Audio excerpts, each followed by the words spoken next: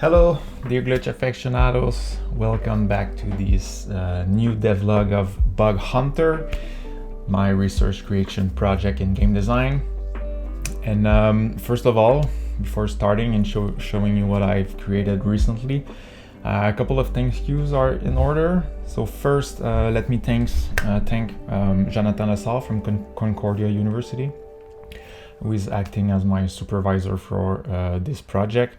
And so I'm really grateful that he's there to help me and give me some awesome feedback to keep me focused on the essence of my project and where I want to go with this and what kind of public I want to address through this project. And so I'm really let me thank you right here, right now. And also I'd like to thank really much the Fonds de Recherche du Québec Société Culture, which is the national institution that has accepted to finance this project on a 2 years basis. And so I'm really grateful to have their trust. And I think they choose wisely. The project is pretty cool. It's pretty solid. It's going somewhere. The gameplay is really tight, in my opinion. There's some loose end here and there. We will discuss this in this devlog. But we have something. And so today I want to show you this final prototype. And so recently I've designed this prototype that I will show you in Blender, and then just fine-tune it by testing my gameplay and adjusting the code and everything. But you can see it right here in the screen right now. So this is really a fully functional prototype level that exploit all my 4 game mechanics in a kind of cool physics environmental based puzzles. And so I will show you this soon, all these 4 puzzles soon. And I've also implemented some winning and losing condition that seems to work pretty well alongside the game economy that I've spoken about in the past devlog. And so this video, instead of doing a long video of like 1 hour or 1 hour and a half, or I don't know, maybe I'll be inspired and it will be as long, but I'll kind of walk you through the main section, and there are 4 of them, 4 or 5 main sections that are really important, and I will make a series of 4 or 5 videos that I will embed in a post that I will put on my website. And so you will see the progress in different smaller video. I think it's easier to watch like this. And so that's it. So I'm pretty excited. I will just start right away by starting the scene. And you'll see there's a lot of changes that I've made, and I'm pretty excited about all of them. And so first of all, you can see that the head-up display has been completely transformed. At first, not at first, but in the last devlog, there were this kind of screwdriver type interface in the top left with the timer that you see on the top right here that was on the other side, and you have also the number of dead pixel that the player has collected, which is the game currency. And so now I've kind of reformat everything. So on the top left you have this new glitchy aesthetic kind of head-up display that shows the weapon or the glitch that is equipped, the number of glitch that you have in your inventory, the health bar that you see here in green, and another bar just right under the green one that exposes how many dead pixels you have collected throughout your gameplay, and the number beside this pink cube, which is the icon of the currency. It's the number of each, how many dead pixels you have. So you'll see this in action in a bit. And so also you start the game right here with this artifact that is flowing around. And when you pick up an artifact, you have now a new interface that pops up and give you some information about what you've just picked up. And so I'm not gonna read what is in green because it's part of the narration.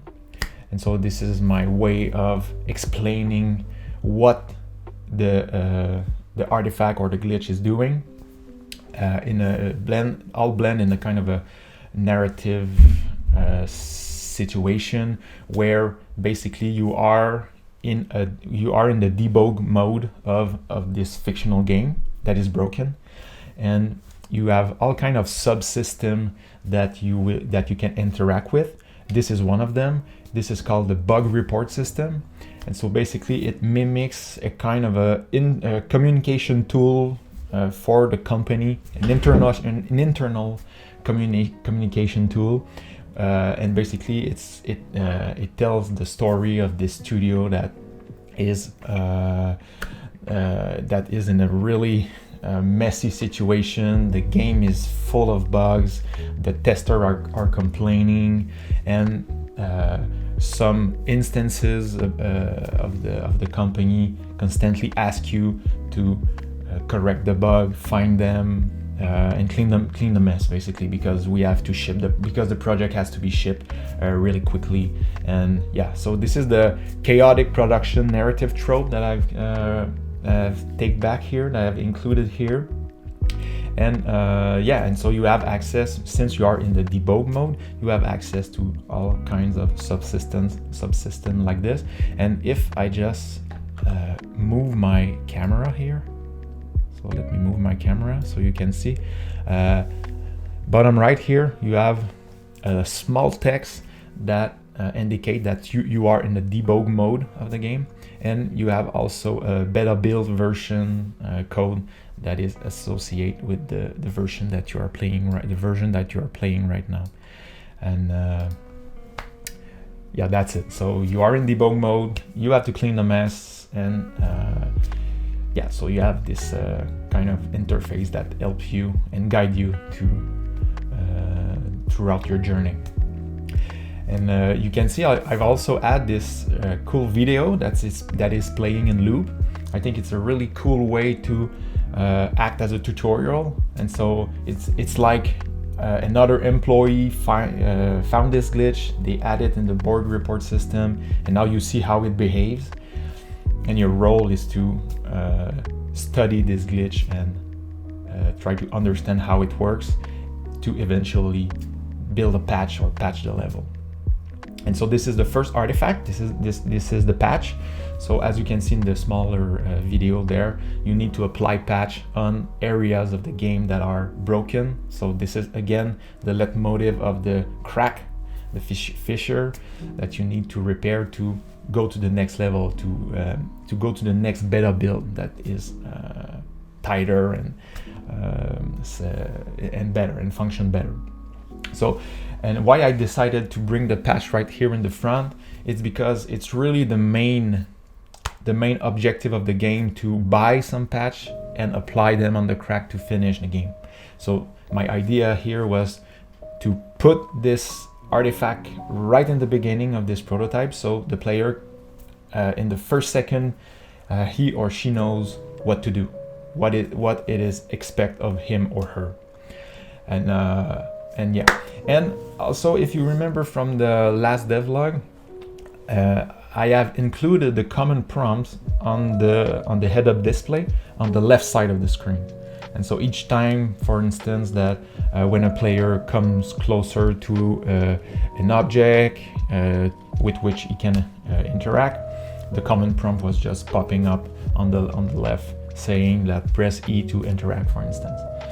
And it was kind of messy on the long run, because I have designed multiple interaction with the environment, and at some point there were like 5 or 4 common prompts that were popping on the screen, that were disappearing, popping, disappearing.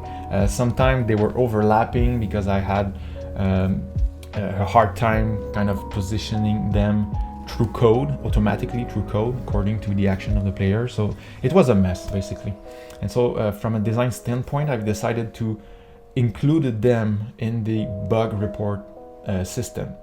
So now at the bottom, as you can see, at the bottom of this interface, you have the keys and the action that they are doing. And so you have tab to access the debug toolkit, you have R to respond, E to interact, control to slide, and shift to run or sprint. And so when you've read the narration here, if it interests you, I hope it is, you can then click on that button that says add to the debug toolkit. And the debug toolkit, as you can see, is the tab. It's associated with the tab key here. So when you press on this button, the game kind of resume back. And now if you're curious, you can just access your debug toolkit. And so this famous toolkit will contain all of the glitches that, all the glitch mechanic that I have designed. And so I think it's cool to name it as a debug toolkit. So it puts you in the right state of mind. The state of mind that says that you are in debug mode, you are kind of a tester / player / beta tester, or maybe early access member of the community, or rather a member of the early access community. It's unclear, and this is exactly what I want to do, creating a ambiguity about who you are playing, because you can be multiple role, and those multiple identity that you can embody. This is my way to reflect on how glitches kind of push you towards certain identities that comes with their specific interaction, specific understanding of glitches, specific ends, specific goals, specific power relationship with the industry, etc., etc.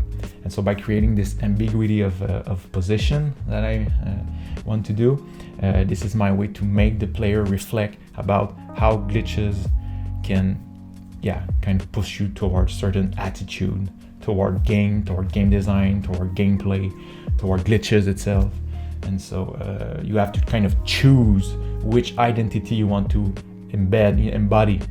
So are you going to be the conformist tester that want to produce the more efficiently as possible, or again, are you going to take the transgressive route and be more like a glitch artist to experiment with games and try to reveal their aesthetic potential that lies in the margin of the main track of the golden path?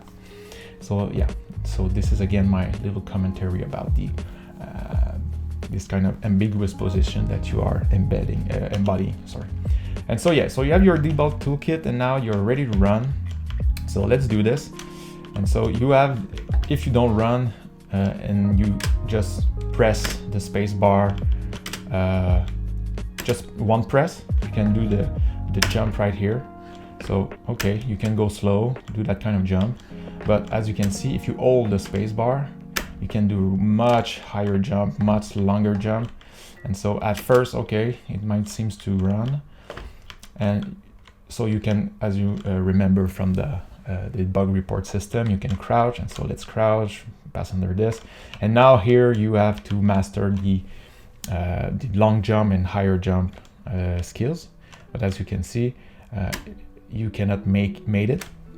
And if you fall in the pit, you can see that your health bar or mental health bar or salary bar, I haven't decided if it's health or your productivity as a tester, or as the instances that you are embodying right now, the subject that you are embodying. So I think what make more sense to me is the idea that it is a production bar, a productive bar, a labor force bar. And so if you are if you die a lot, if you don't kill bugs, if you explore in the margin, you will be at risk of losing health. And so you will be unproductive from the standpoint of the game, and for the standpoint of the producer. But if you are performing well, interacting with the economy, restoring your health and everything like this, you will be more productive. And so maybe this is the best interpretation for now, this idea of labor force bar. Okay, so you can jump like this, and as you remember, I die trying to do the long jump here, so of course you have to wall run. And wall running is really simple. You just go there and wall run on the wall. And so I've made it by just a simple jump key and wall running. But if you hold the sprint button, you go much faster. And this has a really massive impact of the kind of jump you can do. And so if I'm doing this jump while I'm holding the shift key, you can do really impressive jump here. And this is really what I want. I want an experience that is fluid, that is dynamic, that is wide range. I don't want the player to feel constrained in fact, I want the player to feel constrained in the golden path of the game. So right now, it's pretty restraining, it's linear, there's a ceiling up your head, so it's constraining. But if you want to be transgressive and go in the margin, there you will have all the space to exploit the game mechanic and exploit the vastness and the richness of the movement system. And so I want to create this kind of tension between feeling claustrophobic or feeling kinesthetically constrained, and again, when you're becoming transgressive, you are kinesthetically emancipated, let's say. And if you didn't manage to get the wall run mechanic here because you just do a kind of quick jump here, as I've done in the beginning, here you have to master this wall run and wall jump mechanic. And so this is my checkpoint.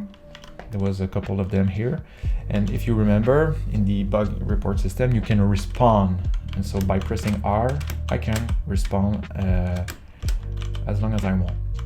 So this was really important to me, because there's a level of difficulty in the game. Yeah, you may fall a lot in that hole or pit or everything like this. So I don't want, for instance, if I fall here, or if I know I will fall there, like this, for instance, I can really quickly go back and keep a fast-paced experience and a really highly dynamic experience. Also, though, the other mechanics that the other interaction that you notice in the bug report system was the sliding mechanic. So you can crouch, but you can also slide down slope. So if you hold the shift key, you can slide down some slope like this. And for some reason here, as I said at the beginning, there's some little spot that needs to be worked again, and this is one of them. I don't know for what reason, but I don't seem to be able to correctly wall run on that specific platform. I don't know why, but I'll have to check into this. But I want to show you anyway what I've done for the rest. So let's go in the first room. So now we reach this first room here, which is kind of the hub. You have this hub section that will lead you to all the 4 glitch mechanics that I have designed. And the first thing you can notice when you enter this room, a couple of obstacles. Here, some bars. Here, when you go there, a really high platform. So you can decide to maybe interact with some object to put them one above the other, but it's a waste of time basically, because even if you pack everything like this, you may find some way to get there. I've managed to get there in some playthrough, like maybe like this, but it's possible, but it's not the main path. But if you do this, if you manage to get up there, it's possible to finish the game, to finish this prototype in that order. So I think this is another cool thing that my prototype allow you to, if you're transgressive enough or if you don't care about the main path, that you can finish it anyway, in both ways. And so you see those kind of bugs that are standing there. They're pretty relaxed for now. But another thing that you can see is the famous debugger here. So you remember from the first devlog that I had created this fake machine, this dummy machine that you can go see and buy some glitches. You remember maybe? So this is the new machine that I've decided to include in the game. So I think it's pretty cool to have combined this rusty machine that resonate with the idea of that the production is in a chaos state, and that the project will probably finish as a vapor wave. So this rusty machine just really convey this precise idea. Same thing for the server here, that is that is noisy, that is trashy. And so I bought this online on Sketchfab. It's two models that I've combined together, and I think it's pretty cool to have this machine like this. And so when you reach this machine, you can interact with it as with any other object, so by pressing E. And what you have here, it's a new subsystem that I call the debugger console. The debugger console is the place where you can where all the anomalies that you found during your playthrough will be added here in the debugger console. So they are in your toolkit, but also in the debugger console where you can buy more of them. So for now, I have really low labor force, low health. So my health bar is really low, and as you've maybe noticed, the color has changed from green to yellow to red. And so for the amount of 2 dead pixel, I can buy some new live pixel. But since I have no dead pixel, you can see in the console here that I don't have enough dead pixel, and it's written go back to work. Okay, so you have to work, you have to kill bugs, you have to be a great playtester, bug hunter to get some money and buy the cool artifact that will allow you to play the game or repair the game. So I want to restore my energy, my labor force. So let's equip the rock and have some fun with those little fella. So when I kill them, they drop some currency, which are dead pixel. And so for now, they are pretty stable. In some other situation, maybe depending on some variable, I can make them fly faster. It doesn't work really well. This is one of the major coding problem I have. So I've coded this using some many tutorial. I have coded the behavior of those flying creature, but it's a really complex systems that combine 5 scriptable objects that are calculating the movement of the bug according to the distance of the neighbors, according to some alignment factor that will keep them in groupment, according to the possibility to avoid some obstacle or to avoid their neighbors, so that I can spread the flock more widely. And yeah, so there's many ways this movement is calculated. So it's really hard to tune the importance of each factor or the influence of each factor. And so in some situation it works better, in other it doesn't work really well. Like here it's pretty lame, I think, because they're not moving, but you'll see in other section how they are more dynamic. So I really have to study how my code function in different settings. But for now, it's pretty accommodating that they are not moving, because I can easily get some currency. And there's also, if they're moving too fast, they are really hard to hit. And so it really has to be on the speed level, they really have to be kind of slow. If not, I will lose many of my player. And so it's really a balancing question at the moment. And okay, so now you've seen another feature that I've added, and I'm really excited about this feature. You may have noticed that at first the bugs doesn't attack you. They are passive creature, not passive creature, they are non-violent creature floating around doing their own business, messing with the simulation of the game. This is why there's glitch in the environment, for instance. But they are doing their thing, and they are autonomous, and they live, and they are free, and they're happy. But as soon as you start to farm them to get their currency, they will start to defend themselves. So at a certain threshold in the flock, so the flock is, each flock is composed of 10 bugs, and when the flock reaches 7 bugs total, they start to defend themselves. They will not pursue you, but they will defend themselves if you are in a certain radius. And so now you can see they shoot at you. They're shooting at me. And so now, since I have 25 dead pixel, I can restore my labor force, and now I'm good to go. And you may also notice something. Let me collect some bug just to show you the other thing I have decided to design. So now I have 20, but you see that this ping bar is going up. And what does it do when it reaches? Oh, Jesus Christ. 2 things I want to mention here. So first, if I reach the full bar of dead pixel, it restart and give me a bonus of 10 dead pixel.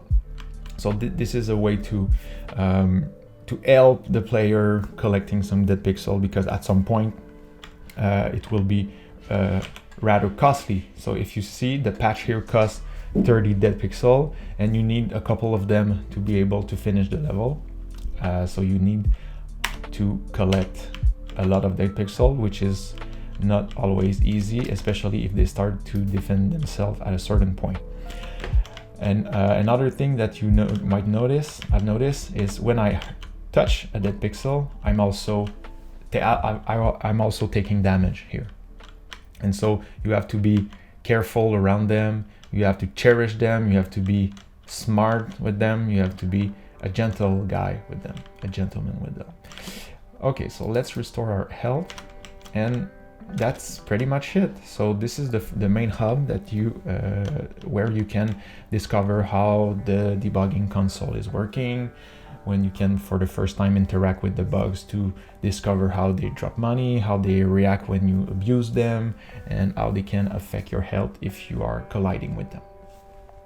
So I will close this first part of the devlog here, so you can take a break, or maybe if you're interested, come back for the next video where I will be exploring each section of the prototype. And so if you are interested in going deeper into my designerly thinking, stay tuned and just grab a cup of coffee and just come back for the other video. So thanks again. See you in the next one.